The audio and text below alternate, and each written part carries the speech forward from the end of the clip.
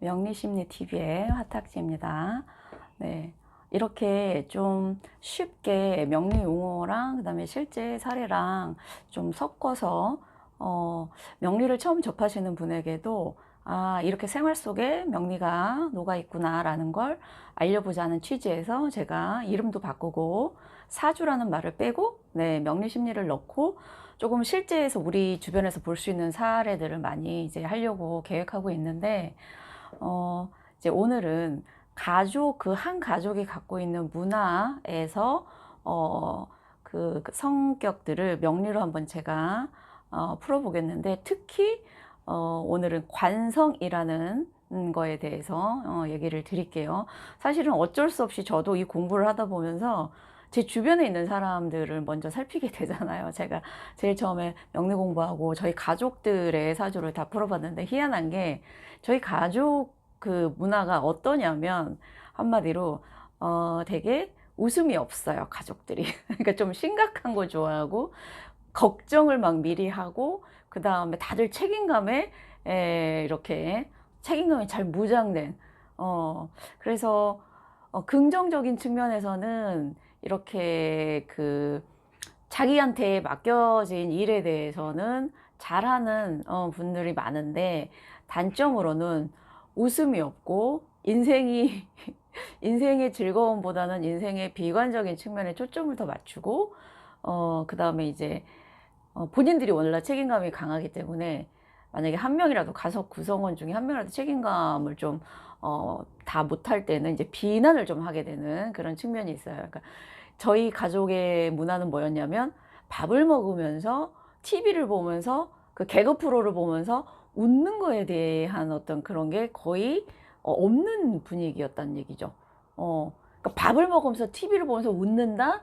이게 되게 안 된 상황이었었고, 사실은 뉴스나 조금 다큐멘터리나 심각한 본 걸 보면서 가족이 앉아서 막 이런 분위기였어요. 이해되시죠? 네. 이 가족에게 인생에서의 어떤 소소한 즐거움과 어떤 가족 간의 어떤 끈끈한 어떤 다정한 말 한마디, 이런 게 별로, 그러니까 의무감과 책임감으로 사는 가족 느낌. 네. 제가 이제 결혼을 한 지 꽤 됐으니까 제가 이제 처녀 시절에 그런 분위기에서 자랐죠. 학교 다닐 때부터. 근데 그나마 그러니까 보니까는요, 관성이 엄마 아버지 기본적으로 관성 끼고 있고, 저도 관성 끼고 있고, 언니 있고, 다 관성이 다 탑재되어 있는 사람들인 거예요. 그 중에 조금 센 사람이 있고 덜한 사람이 있는데, 근데 저는 관도 있지만 사실은 조금 반항기가 있는 겁재랑 상관도 갖고 있거든요. 그래서 유난히 제가 좀 사춘기 때 반항을 했는데, 밖에서는 저는 그렇게까지는 문제아는 아니었는데, 집에 상대적으로 다른 아이들에 비해서는 제가 좀 문제아의 그 취급을 받았죠. 근데 그런 집안에서 제가 결혼을 딱 했는데, 완전히 남편 집안은 반대인 거예요. 어, 밥을 먹으면서 TV를 보는 문화였고, 그 TV를 보면서 그 주로 개그 프로를 보고, 가볍고 소프트한 걸 보고, 그리고 너무 딱딱하지 않으면서 가족 간의 어떤, 그러니까 저희 집안도 끈끈하게 정이 없다 이런 거는 아닌데, 조금 더 부드러운 유한 분위기였고, 심각하고 지금의 막 인생의 고민을 막 미래의 고민을 끌어와서 막 걱정하는 그런 분위기는 아니었어요. 그러니까 저는 적응이 안 됐던 게, 어, 어떤 게 더 맞냐 틀리냐 이거를 떠나서, 너무 뭐야, 인생은 심각하고 그 다음에 진지하게 접근해야 되는 거 아니야? 이런 생각으로 살다가 그 집안에 갔을 때는 이 저희 시댁 분위기가 너무 가볍다 느껴진 거예요. 근데 이제 제가 몇십 년을 그런 문화를 조금씩은 접하게 되면서, 이제 왔다 갔다 친정과 왔다 갔다 할 때 장단점이 다 있어요. 그 어떤 가정 환경에 따라서. 그런데 이제 어느 정도 살다가 아이를 낳고 명리를 공부하면서 봤을 때, 저희 친정 쪽의 집안 분위기가 결코 긍정적인 분위기가 아니라는 것을 알게 된 거죠. 그리고 부모님들도 연세가 드시면서 본인들의 그 젊은 시절에 본인들이 자식도 많았거든요. 아이 키우면서 힘들었던 이런 게 본인들의 그 책임감이고 의무고 무거운 짐으로만 여겨진 거예요. 그러니까 나는 자식들에게 최선을 다해야 된다는 게 자기 자신들에게는 짐으로 온 거죠. 그래서 사실은 지금은 부모님이 무슨 말씀을 하시냐면, 그때 젊은 시절에 자기 자식들한테 이렇게 애정 표현 같은 거, 살가운 말 한마디를 못한 거에 대해서 미안하다 말씀을 하시는 거예요.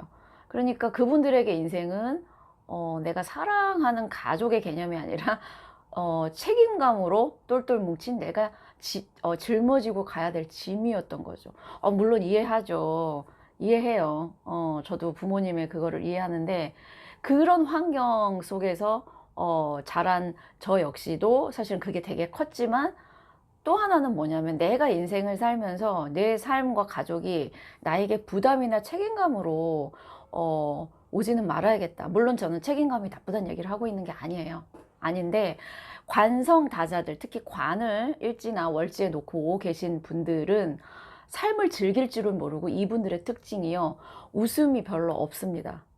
네, 늘 진지하고 힘들어요, 그분들의 삶은. 그래서 오늘 제가 미디어파임에 몇 년 만에 칼럼을 다시 쓰는데, 그게 이제 관성다자들에 대해서 썼어요.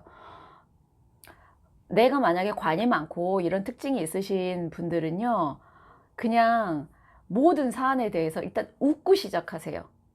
그리고 삶을 조금은 가볍게, 아니 어떻게 나에게 있는 그 짐을 가볍게 근데 그거를 깨지 못하면 평생 그냥 그 짐을 달팽이가 자기 짐 지고 가듯이 본인의 짐이에요.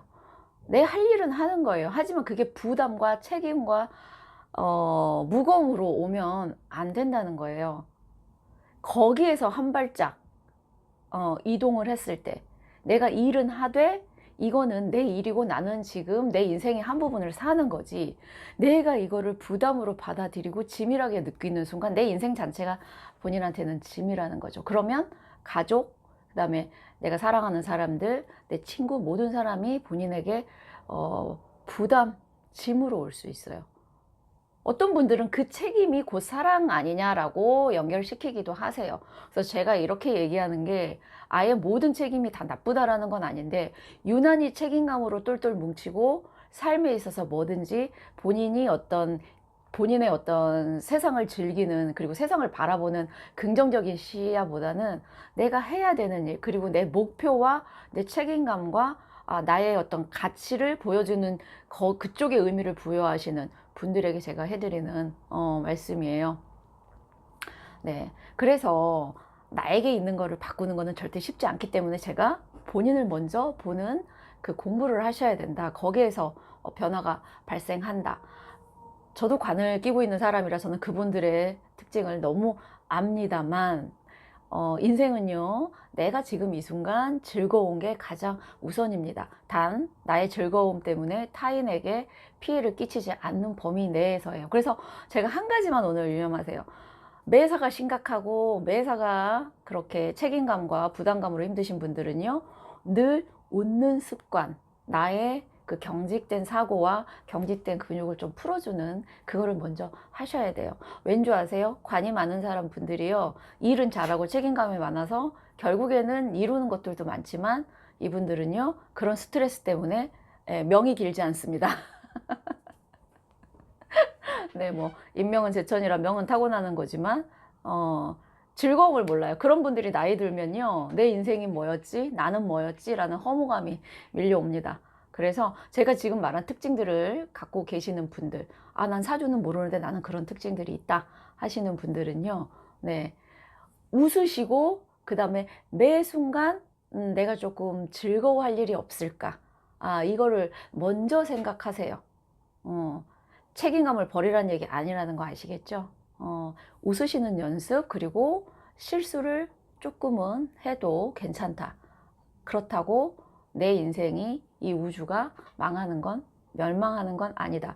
그리고 미디어파인에 쓴 제 글도 좀 읽어주시고 참고 해 주셨으면 좋겠습니다. 감사합니다.